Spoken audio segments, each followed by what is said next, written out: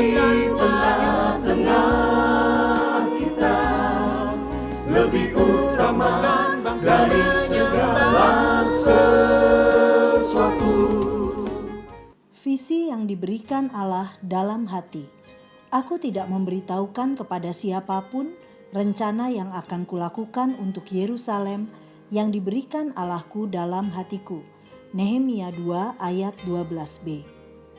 Sahabat Iktus yang dikasihi Tuhan, visi membangkitkan gairah.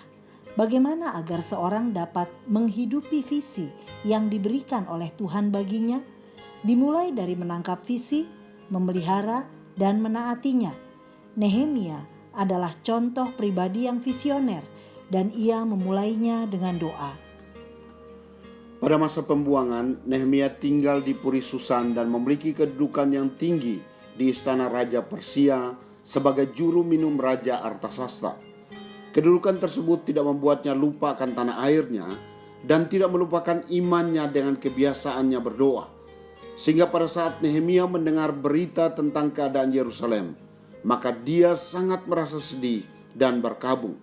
Inilah awal mula Tuhan memberikan sebuah visi dalam hatinya. Bagaimana Nehemia menjadi pribadi yang visioner?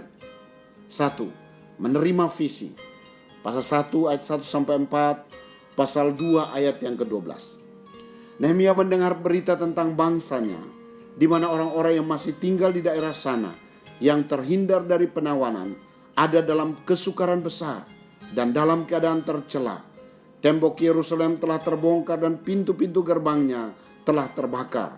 Ayat 3. Ketika mendengar bangsanya hancur, Tuhan menaruh sesuatu dalam hatinya. Pasal 2 ayat 12. Hal inilah yang membuat Nehemia memiliki beban yang sangat dalam. Dia sangat sedih dan duduk menangis dan berkabung. Ayat 4. Beban itu adalah visi yang diberikan Tuhan dalam hatinya, yang menggerakkannya untuk membangun tembok Yerusalem dan membangun spiritualitas umat Tuhan. 2. Mendoakan visi. Pasal 1 ayat 5-11. Respon awal Nehemia terhadap visi yang telah diterimanya adalah dengan menangis, berkabung selama beberapa hari, serta berdoa dan berpuasa di hadirat Allah semesta langit. Ayat 4. Apa isi doa Nehemia?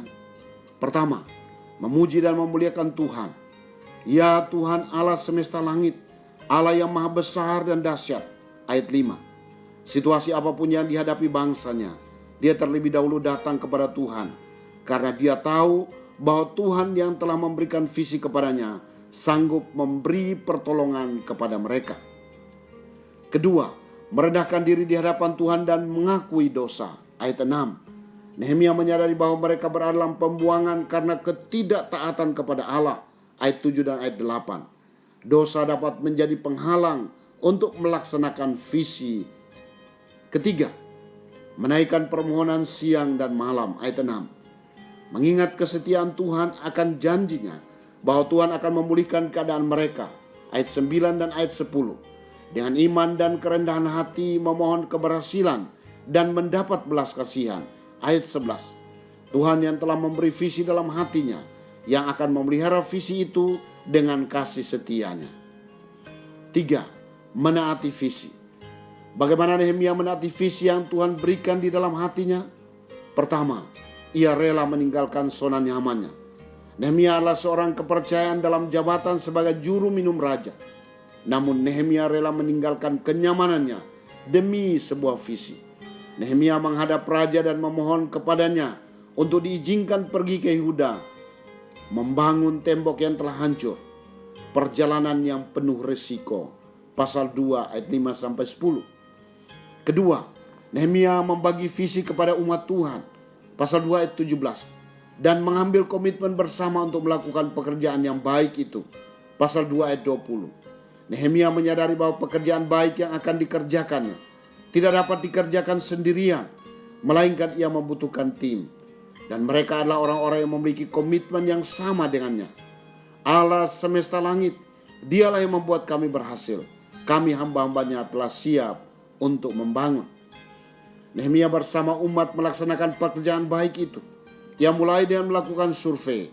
Pasal 2 ayat 11-16, mengatur pembagian tugas pasal 3 ayat 1 sampai 15, menguatkan mereka yang lemah saat menghadapi tantangan, pasal 3 ayat 16 sampai 18. Akhirnya dengan sehati kerja keras, tembok Yerusalem tersebut selesai dikerjakan dalam waktu 52 hari.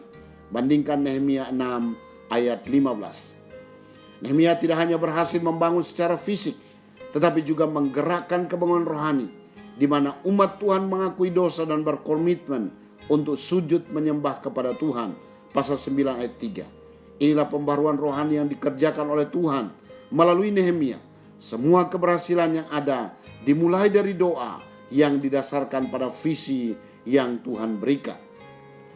Sahabat Iktus yang dikasihi Tuhan, hidup adalah sebuah perjalanan memuliakan Allah. Apa yang membuat Ia tersenyum memandang hidup kita? Ketika semua yang dirancangkannya bagi kita tergenapi. Dalam rancangannya, Tuhan memberikan visi untuk kita mengerti dan menjalankannya. Visi membangkitkan gairah dalam menjalani kehidupan. Tanpa visi, hidup tidak menentu dan tanpa arah. Tuhan dapat memberikan visinya kepada saya melalui berbagai cara. Saya perlu untuk memiliki kepekaan dan segera menggumulinya dalam doa. Doa mempertajam visi dan menjadi energi yang menggerakkan saya untuk melakukan sesuatu demi visi itu. Doa membawa saya untuk bergantung penuh kepada Tuhan yang telah memberikan visi. Doa menjadikan saya mengerti bahwa saya hanyalah alat untuk mencapai sebuah tujuan, yaitu hidup bagi kemuliaannya. Sahabat Iktus yang dikasihi Tuhan, apakah visi yang telah Tuhan berikan di dalam hati saya? Bagaimana seharusnya saya berdoa di hadapan Tuhan untuk visi itu? Apa yang harus saya lakukan untuk menaati visi itu? Ya Tuhan Yesus, setelah saya percaya dan menerima Yesus sebagai Tuhan dan Juru Selamat, saya rindu memahami apa yang Tuhan mau untuk saya lakukan. Berikanlah kepada saya kepekaan untuk mengerti visi yang Engkau berikan di dalam hati saya, sehingga hidup saya berguna bagimu dan menjadi berkat bagi banyak orang. Kiranya visi yang dari Tuhan menggerakkan gairah hidup saya, bahwa saya ada di dunia untuk melakukan sesuatu yang berguna bagi kerajaan Allah. Amin. Bila Tuhan memberikan visi, maka Ia akan menyiapkan cara dan orang untuk menggenapi visi itu. Kristuslah yang harus ku beritakan hingga datangmu